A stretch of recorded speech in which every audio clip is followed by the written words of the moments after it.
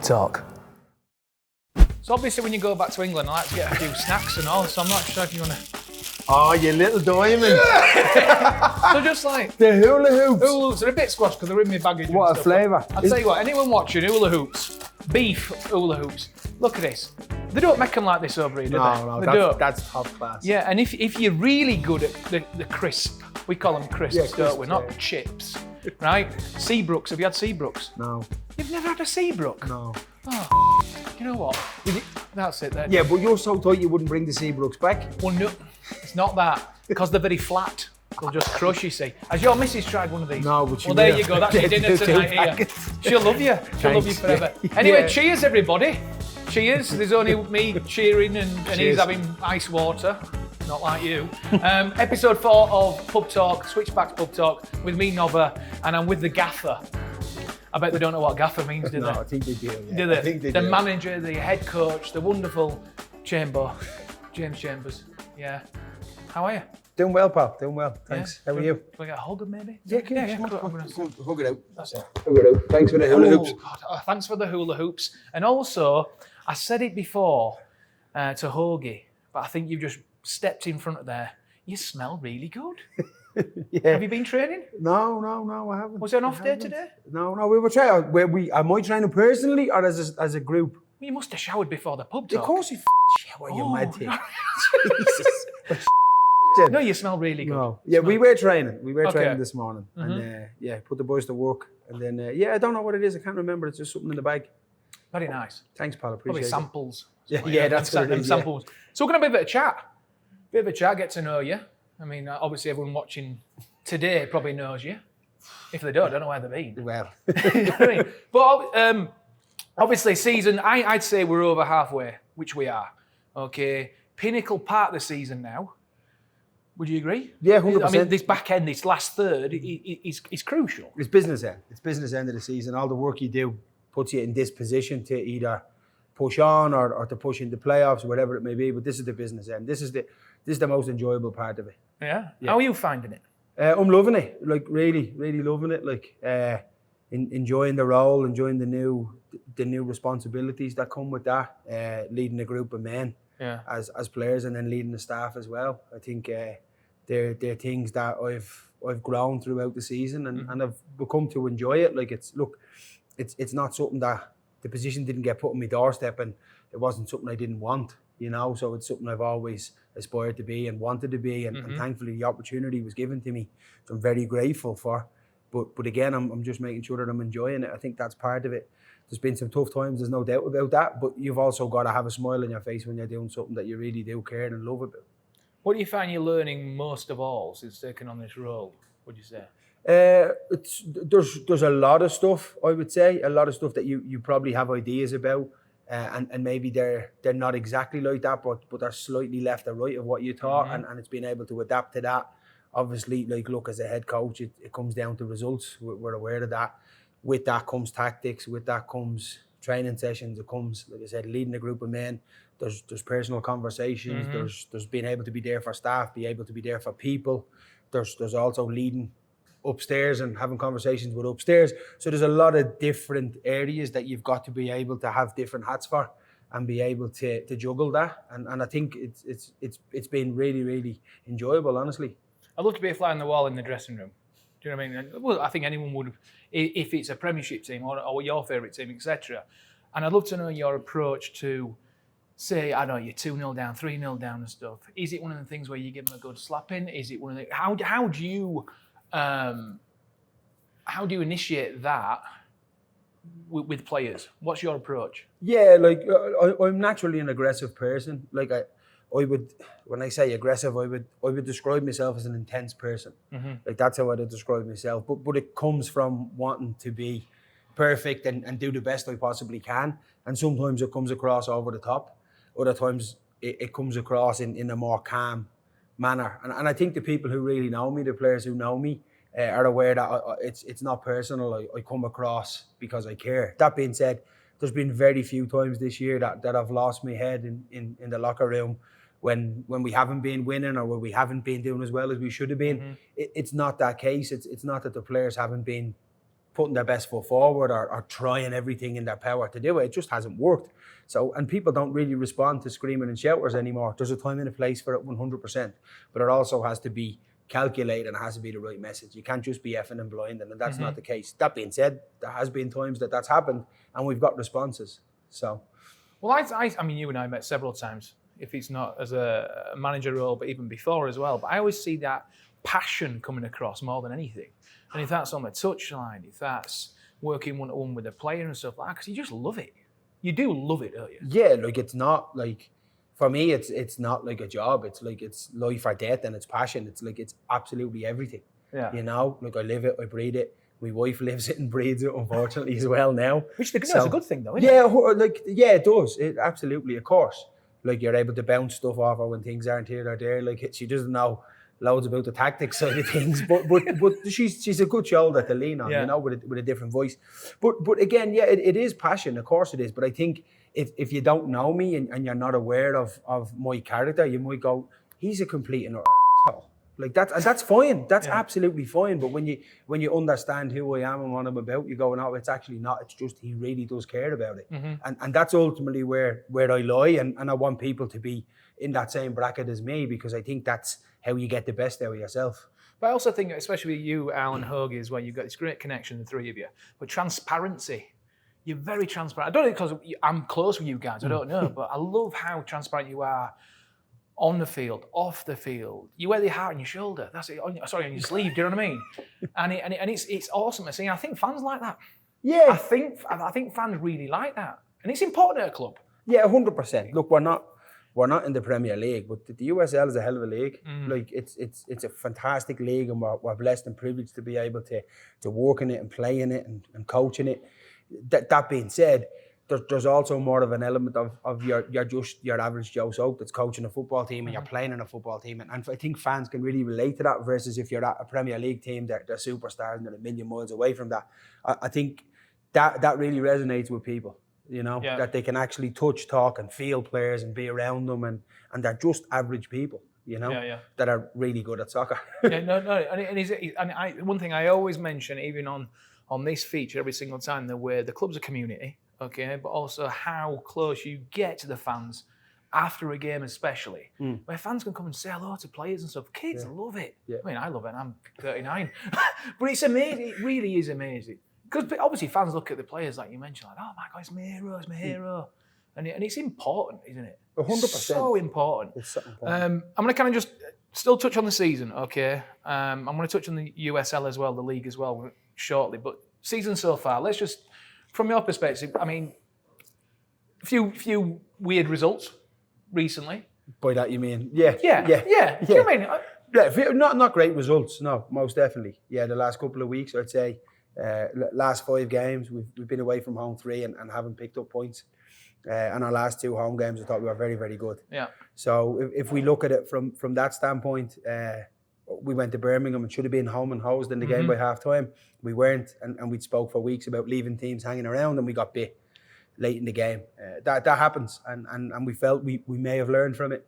Went to Louisville, played really, really well for probably the best part of 60 minutes. Probably should have been home and hosed again and conceded late in the game. Yeah. So for us, they were 2, more so the Louisville game was a much better performance, and went toe-to-toe with arguably the best team in the USL, who more than likely are probably going to be in the final. You would like to see them there at the standard of play that they're at the moment, and felt like we should have taken more. But we don't want to go to these places and just be like, we did all right, well done, let's pat ourselves in the back. We need to be going to these places with the expectation of taking 3 points. And that's ultimately where we're trying to push this group. That being said, we came home after those 2 games, we dusted ourselves down. I thought we were excellent against Vegas and did everything but score multiple goals.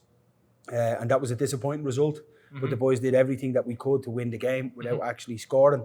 And then obviously took 3 points against Phoenix. I felt last weekend was just one of those games. We haven't had many games where we conceded multiple goals. We've conceded 3 against Vegas away and 4 against North Carolina. Apart from that, everything has been 1 or 2 goal games.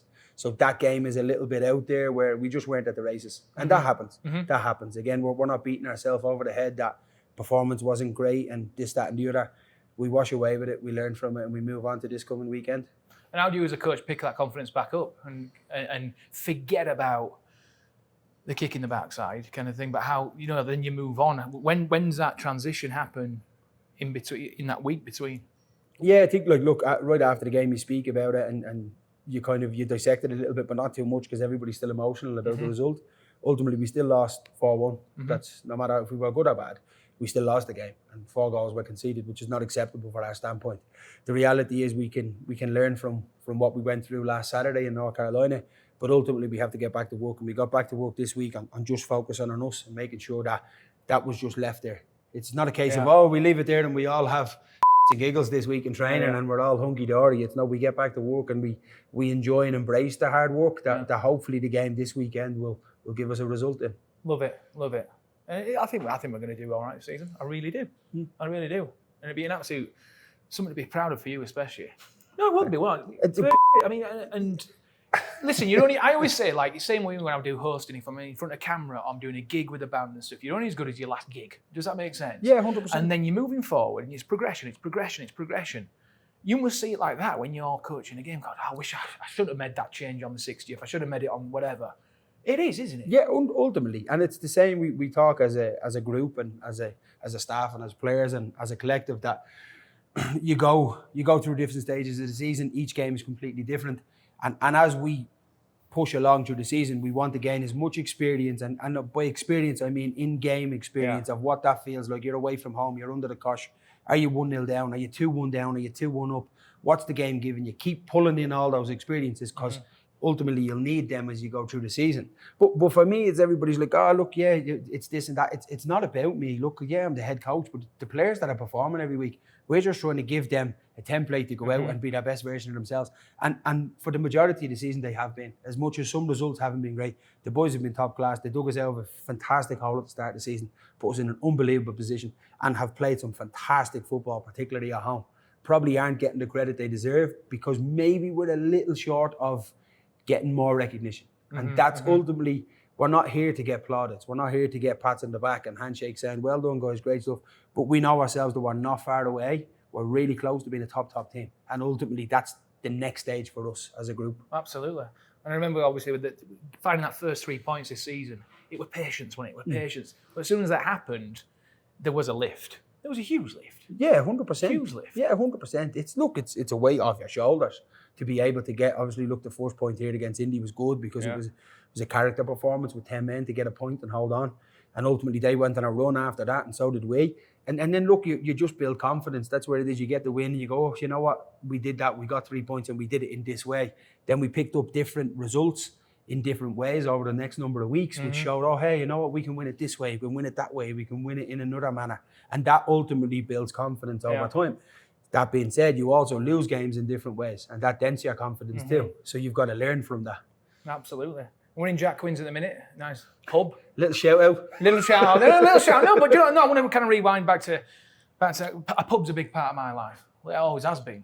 No way, is it? A big part of yours, isn't it? Because I see it as a living room. It's like a community living room, isn't it? Back home it is. It is. Yeah, you meet your friends there, family there. You know what I mean? You cut some of the biggest contracts ever in your life, mainly just falling outs with family as well. But it's over a pint. I need to rewind. So Hoagie lived Dublin, Alan outside Dublin. How close were you to them two? We're all in Dublin, you We're all in Dublin. Well, I didn't know that. That's why I'm asking, aren't We're all in Dublin. Yeah. We're all in No, Dublin. but are you kind of close proximity? Close enough. We're probably all within, I'd say, 15 to 20 minutes max. I'm a little closer to Hoagie. He's probably more or less two towns over from me. Okay. And I know his brother and his family quite well. And then I knew of Alan and his family. And Alan's probably about, I'd say, 18 to 20 minutes away from me. It's nothing. Closer to town. No, it's just nothing. In America, that's around the corner. Yeah.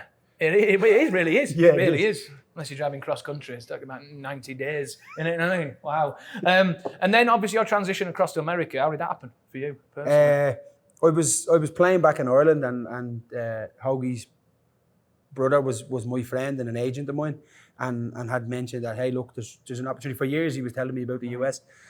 But it wasn't something that really appealed to me earlier in my career when I was in like kind of my mid-20s. And then as I got a little bit older and started to get towards the 30s, it was something that appealed to me. I had no real ties at home. So I was like, yeah, let's go and give it a go. So 2016 got the chance to come out and play with Brendan and Stephen at Bethlehem. And that's kind of where the relationship started to flourish.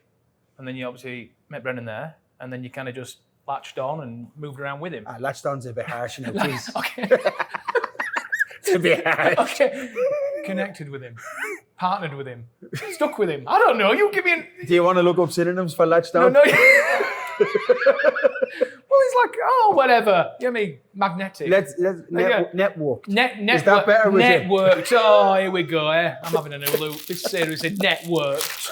It's all right, you networked. All right, yeah. No. You collaborated. There you go. Look. Yeah. Would you like a hula hoop? No, I'm okay. Oh, sure? I'm all right, yeah. I used to put them in my fingers when I was young. So yeah, pretend I was married. But I tell you what, they're not going on your fingers now. Oh my God. Right. I'm going to talk more of a global thing now. And I'm going to go on your facial reaction. Right. VAR.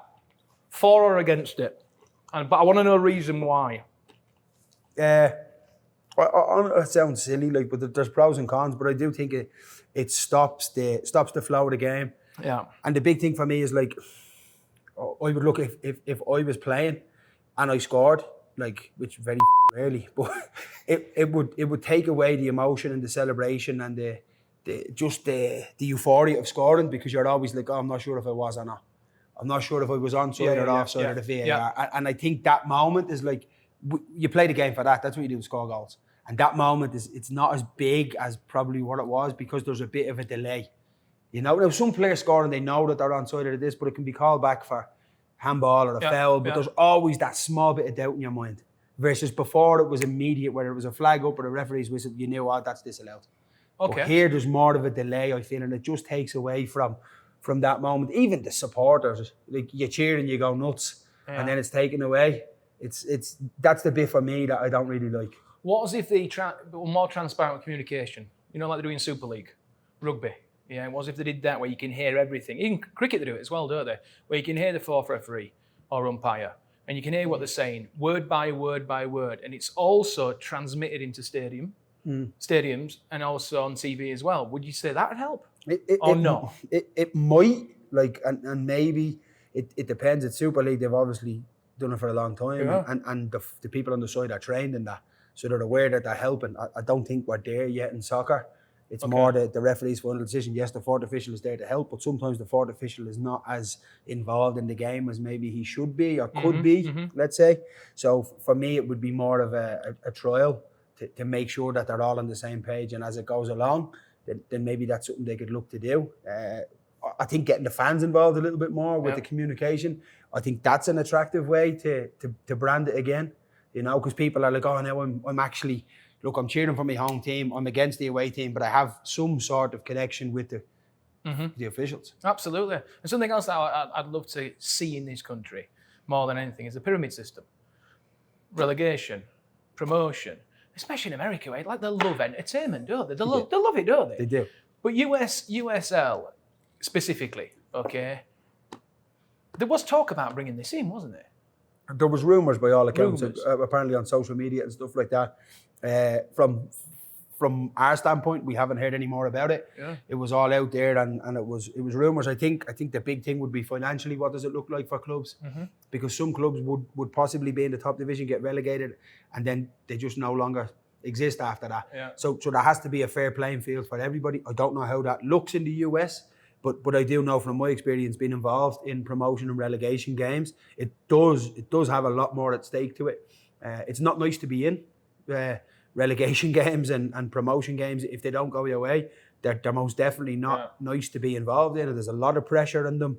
There's livelihoods, there's families, there's a lot more in the background than just the fans being like, this is amazing, we're cheering for that. I think there's a lot more to it. And I think everybody needs to understand there's a bigger picture that, hey, it's not all going to be hunky-dory.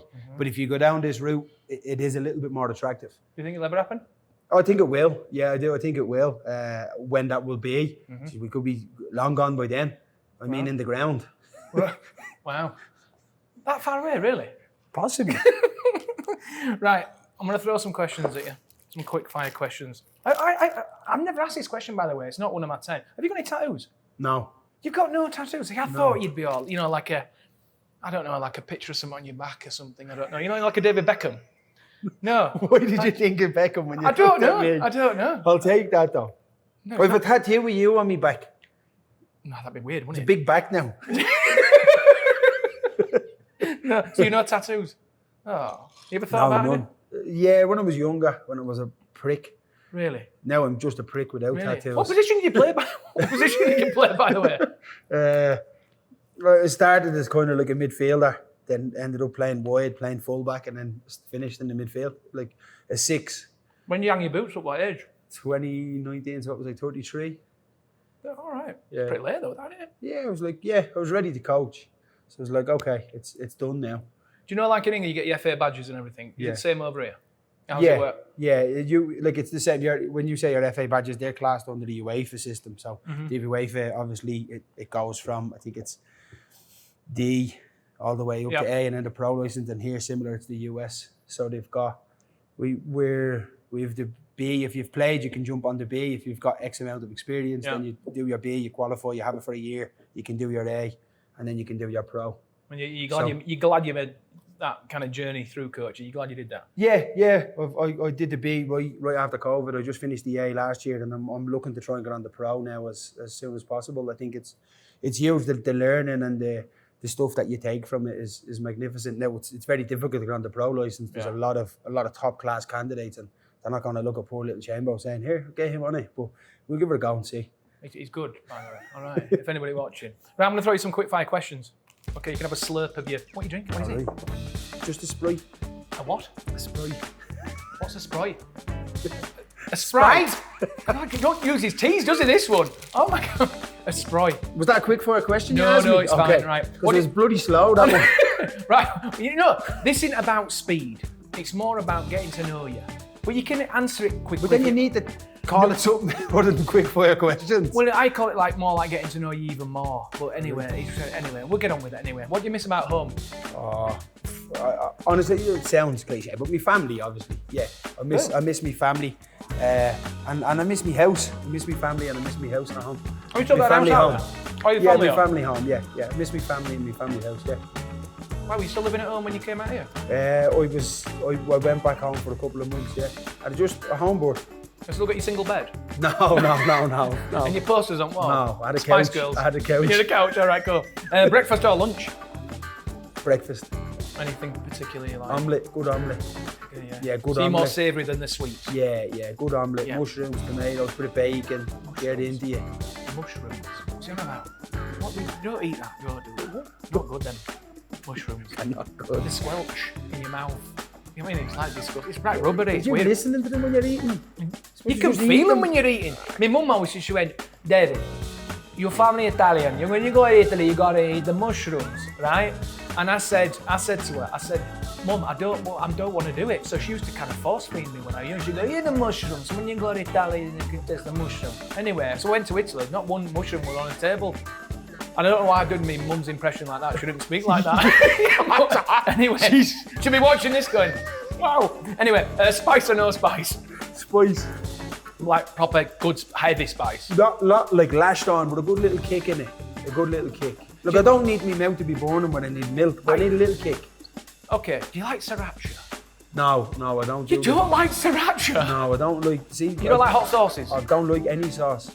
I don't like ketchup, brown sauce, mayonnaise, or like hot sauce. I don't like that. Oh, no gravy. need for it. Gravy. Gravy's alright. That's great. It's a sauce, isn't it? It's not. Because you make it like it's different than that. Gravy's. So you don't like your condiments? Yeah, that's what it is. Unbelievable. Favourite family holiday destination, or just if you've gone on your own? I don't know if you've gone on holiday with your family or leave them at home. Favourite. Oh, good question. My memories of a kid are probably Spain, like stuff like that, like very simple, very basic. But that's when you're a kid, when you're a teenager, you go out with your family, it's class. Benidorm. Just 2 weeks, Costa del Sol. Not Benidorm? Yeah, no, English went to Benidorm. We went to Costa del Sol. Nice Costa del Sol, right on the coast near Marbella. Yeah, there you go. Marbella, flying to Monarch Airways. Money is no object. Where would you like to live? Oh, great question. Probably like Thailand or something like that. never been. No, neither have I, but I've heard lots about it. I'd like to live like in Thailand or something like that, like a warm climate. It'd be nice. To say the place you've never been, but you want to live there, money's no object, you chose a place you've never been to. And there's a lot of people that tell me a lot of good things about there. Who? Very trustworthy. All right. Favourite film? Shawshank Redemption. Oh my God, I watched it on the plane back over. I've just been home, right? And I watched it. Every single time I see something new and different, it got me. Yeah. When Brooks. Don't start me on that. That's the best bit of the movie. I know. And then come here, you know what's happening, but you watch it again, and then you're like, but then I thought Red were going to do it. But then he said, was here as well. Yeah. You know what I mean? No. Yeah. It's a lovely full circle moment, isn't it? It really is. And I like how they get them and stuff. Anyway, if you haven't watched the film, we've just pretty much told you the synopsis. He doesn't die in the end though. Who? He's alright. The main guy. Oh no, she does. Yeah. He does though. I know. So you go. There you go. You got to watch it now. There you go. Right, ready? Apart from working in football, soccer, what job do you think you would have done? Oh. Look, I think when I was young, I was like, I want to be a carpenter. Like, what? A carpenter. A carpenter. A carpenter. A carpenter. We've got Sprite and we've got a carpenter. Right. Okay. But like I'm terrible. Like honestly, I couldn't nail two pieces of wood together. But I wanted to be a carpenter for whatever reason. Well, we're going to see how handy you were at home. You don't do nothing. That's do you, not right? a quick fire question. No. I'm good at cleaning the gaff, but that's it. That's nice though. Yeah, but I can't do anything else. Can't like light bulbs I can change. Odd jobs. Yeah, like Painting. little things. Yeah, but then I think I'm better than I am, so we'll try and do something, and then that's. So you give yourself a project, you start it and leave it, and the missus goes, James, what are you doing? Like that. And then you say, well, I started it. What do you think?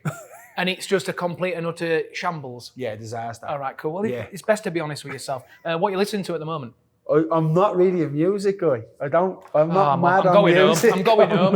You're not a music guy? No, ask the lads. I don't care about music. You don't care? No. What does this say? Loves music. Music is life. All right, and it's seriously. I wouldn't be sad if it weren't for music. Yeah, they spell football wrong. That's what. Honestly, so you know what you just do? I don't. So what do you do? Drive in the car silent? I have podcasts on, or I'll put a bit of music on, but I wouldn't be sitting there. I can't wait to listen to those lads' class in the car singing. Well, that's fine. What you listen to at the moment? I never mentioned music. What do I have? Like, what are you listening to? Like the high performance podcast I listen to, or there's a band, an Irish band, gone now. Can't think of the name of them. Bewitched. No. The Cause. No, it's not them. U2. Can't think of the name now. Tell me you like U2. U2 are all right, yeah. Bono, if you're watching, I just want to apologise on behalf of me and Hogan as well. Massive U2 fans. He doesn't mean it. He doesn't mean it, all right? Bono, I do. He does, all right. So, which Irish band you're on about? Westlife. No, it's not. You look like one of the members of Westlife. But me brother and sister are going to kill me because I can't think of the name of the band. There's one song, and I listen to the band. Gone now. See, I don't even know the words. The Pogues. Not the Pogues, no. See, it's surprising me that, because... See, when I walk down the stairs now, I'll remember the name of the band. Okay. But I won't remember the song. We'll put it on the captions then, you know what I mean? We remembered the song, you know what I mean? I'll just put it on a voice note and sing it to me and send it to me by text. Then we'll add it, won't we? We can do that. Oh my gosh, right, next up, right. Can you cook? Yeah. That's confidence. Yeah. Go on, I'm coming around your house. What are you going to cook for me? What am I going to cook for you? Yeah. Oh, great question, Nova. I'll do a little bit simple. You want just simple? Something. I don't know. Nice. I'm the guest. I'll tell you what I'll do. Yeah, tell you what. You just turn up. I'll do a little bit of steak for you on the grill. Okay. Right? Because it started grilling. Big fan of that now. So little steak on the grill, asparagus, roasted peppers. Yeah. I might give you a little bit of pasta if you want, or a little bit of rice. Your choice. To be honest, I'm happy with the steak and the asparagus, to be honest, and a bit of peppers and stuff on the grill. Are you off the carbs, eh? Well, after the Italian trip, I put about 10 pounds on, but it's fine. It's all right. Holiday weight's all right. I did 35,000 steps a day, up and down Viking. Here's a question for you, quick one. Is the holiday weight all right all year round? No, mine fluctuates. You know what I mean? It's a bit like a boat. You know what I mean? You know what I mean? Like, depends which... Summer's always a kind of fighting weight, isn't it, really? But if you went to Italy and... Yeah, it doesn't matter. That's fine. It doesn't count. You're on holiday, aren't you? It doesn't count. You're on holiday. Because there it's different. It's different. And they look so good. Oh, stop. And then the little glass of wine at lunch. At lunch, dinner, yeah. Then the limoncello comes out from the freezer, right? And my family, I said to my family, how do you look so good? They went, c'est la vie, Dolce Vita. It's the olive oil. It is the olive oil and the beautiful wine and the sunshine, but they smoke 40 cigarettes an hour. What are you doing? I don't get it. And they drive really crazy. Poorly. Yeah, there's no kind of instructions with lanes and everything. Everything just merges, and you've got a scooter moped coming round side and stuff. Little Fiat 500. Oh my gosh, beautiful cars to drive, but if you ever drive one out there, you need a vacation after the vacation. So anyway, you've got me round the table. You've got 3 other people, dead or alive, who would you invite round to dinner to try that steak, asparagus and peppers and pasta and rice and limoncello and a glass of red wine? Who are we getting there? Did he have to be famous? You can have who you like. Dead or alive? Sounds silly. I'd have my mother, my father, and I'd probably have Fergie with me, Alex Ferguson. Oh, that'd be interesting. Yeah, that'd be interesting. I don't know what he'd say to me, man, but it'd be good. I bet he's got a great wine selection. There we go. No, and he's got a racehorse as well, so that'd be in garden, won't it? Yeah. Well, wonderful. And your last question, Mr. Chambers, okay? There's a middle seat on a transatlantic flight. Well, there is, isn't there? Yeah. I hope so. And we've actually expanded this question to the posh ones where you've got like a 2 and a 4 and a 2. Yes. Aer Lingus, right? 4. You're on this out one here. Right. Okay. Who do you want on these little 2 middle ones? It's going to be an 8 to 9 hour flight. Who do you want? Ooh. Again, dead or alive? Yeah, do you know what? Dead or alive, yeah. Good question. Very, very good question. And put yourself in that position, right? You're on the aisle. You got lucky. The doors are about to close. Boop, boop. Do you know what I mean? And they're coming around. Wait a minute, is it a train or a no, plane? It's when they go, boop, boop. Ladies and gentlemen, put your seatbelts right now. The doors are now closing. Right, so you're coming around the corner and there's them last 2 people, the latecomers. Yeah. And they're coming around, they're sweating and stuff. Who do you want them 2 people to be? I'd put Alan Hoagie beside me. That is lovely, isn't it? Yeah, if we're going on holidays where we're having points, Alan Hoagie. That's nice. Yeah. Oh, that's nice. That's a nice way to end this as well. Do you know what I mean? I bet they told you to say that, didn't they? No, but they'd be giving me a few bob now for saying it. Well, oh, that's nice. We'll send him this. We'll make sure we tag him and hashtag Hoagie and Alan as well. You know what I mean? Listen, it's been a bloody pleasure. Thanks, pal. Appreciate it. It's been a pleasure. Best of luck for the rest of the season. Thank you. Just keep doing what you're doing. The passion. I love the passion. I love what you're doing with the club. I love the connection you have with fans. I love the brand as well. Switchbacks as a brand is going in the right direction. Okay, it's wonderful for the city of Colorado Springs. It's wonderful for the neutral supporter as well. No, it is. It really is. Yeah. And I think we're moving in the right direction. Like you said, we're just progressing and progressing and progressing. So I wish you the best of luck. Thank you, pal. All right, really appreciate it. And I'm always going to be there and saying hello to you and having a drink after and everything. We better give you a hug for that, shouldn't we? All right. No, you've been wonderful. Thanks, boss. Appreciate it. Awesome. All right. So you've been watching episode 4 of the Pub Talk, Switchbacks Pub Talk here at Jack Quinn's. I've been Nobber. He's been James Chambers. He's looking at his watch now, but you know why? Because he's late for his dinner, but he's got to start a selection. All right. We'll see you soon for more Pub Talk. See you, mate. Bye-bye.